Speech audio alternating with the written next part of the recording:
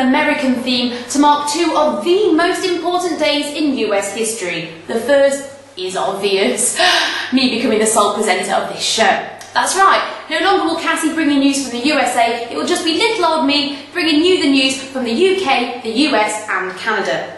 The second thing I was talking about, obviously, is Barack Obama becoming the first black president of the United States of America. Some people thought it would never happen, others said they saw it coming all along.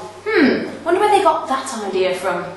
Anyway, the big question on everyone's minds is, can Obama save the US economy and therefore help save the failing US property market? Well, experts say, yes he can. At the annual National Association of Realtors conference in Orlando, delegates were optimistic about the property market, and realtors believe that if the economy stabilises, that buyers will soon jump straight back in. And the best way to take advantage of the credit crunch at the moment would be to buy in developing areas of America, such as Utah, Texas and Alabama.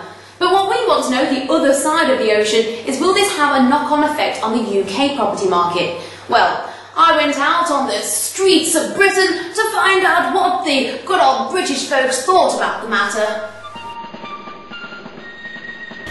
Who? Given time, yeah, but it's not going to happen overnight. I think he could, yes, if he was sensible enough and he had a good understanding of the UK property market. I don't think so. No. No. No. Yeah, no, not really, no. Yeah, I think it's really good after the credit crunch. I don't think so. Don't buy what you can't afford. Might be a stupid answer, but don't borrow too much money. Not really. If you can get a mortgage you can buy, you can't, you can't.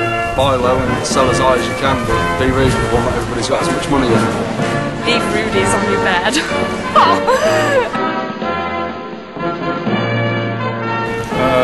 If you snooze, you lose. You've got to take the rough with the smooth, but at the end of the day, you know, sun comes out, the moon comes in. You know, snakes and ladders, swings and roundabouts. I don't think so. Wise words. I also want to hear from the American audience. What do you think to Obama? Have you got any good ideas of how he could save the US property market? Well, send them in, either via email or even better, send me a video. But now back to the UK. And with so many different estate agency publications in the UK property market, we decided it would make sense to find out which one was your favourite. Now, although there are awards for estate agents and other professionals within the sector, no one has ever won an award for Best Estate Agency Publication. Property News Today is going to run an online voting poll for the best estate agency publication in the UK. Now, we've drawn up a shortlist, but if you feel there's any publication that we've missed, all you have to do is vote in the other box and leave a comment. And you can only vote once, so make sure you get your voting in before the 30th of December 2008. Now, if you saw the show last week, you'll realise that I got roped in to go into some scary haunted house on the hill for Halloween. But all I can say to that, guys, is fool me once, shame on me. Fool me twice, you can't fool me again, okay?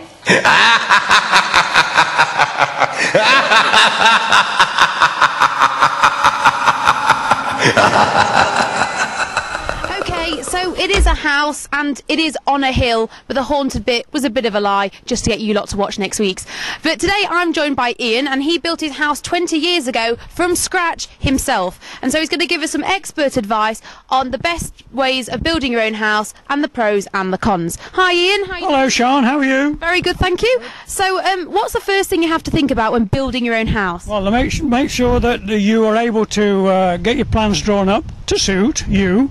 Pretty pictures and everything, and then take them down to the local council and make sure they're happy with what you're designing and wanting to put up. Don't do anything without planning permission. So how much can you do yourself and how much do you have to get experts in? Well, I was an engineer, so one drawing as good as another to me. So I was able to do all the foundation work and get ready for the builder, because underneath this house is all steel girders and the house is built on top of that. This was because of the trees. That's another problem you might have to look for, is you're building a house with tree roots everywhere. So with everything all put together, what's probably the most expensive bit about building your own house? Well, a house this size, when I did it, probably cost about £50,000 in materials alone. But if you were actually employing someone else to build it, it would probably cost another £120,000. Okay, so to sum it up, what would be a top tip for people thinking of building rather than buying? See whether, make sure your plans are good, make sure the council's happy with what you're doing, make sure you've got enough money to do the job, and that might mean being able to take a mortgage out even though you haven't got a house. Okay, well thanks very much, Ian, that was great. Now I'm going to have a little look and snoop around the spooky house on the hill. Well, that's all for today's show. Thanks for watching, and remember, if you want to get involved, all you have to do is send me a message at sean@propertynewstoday.com. Where are we going next week, guys? Tune in next week when I'll be living with a group of gypsies in this there wood for the next week. See you then.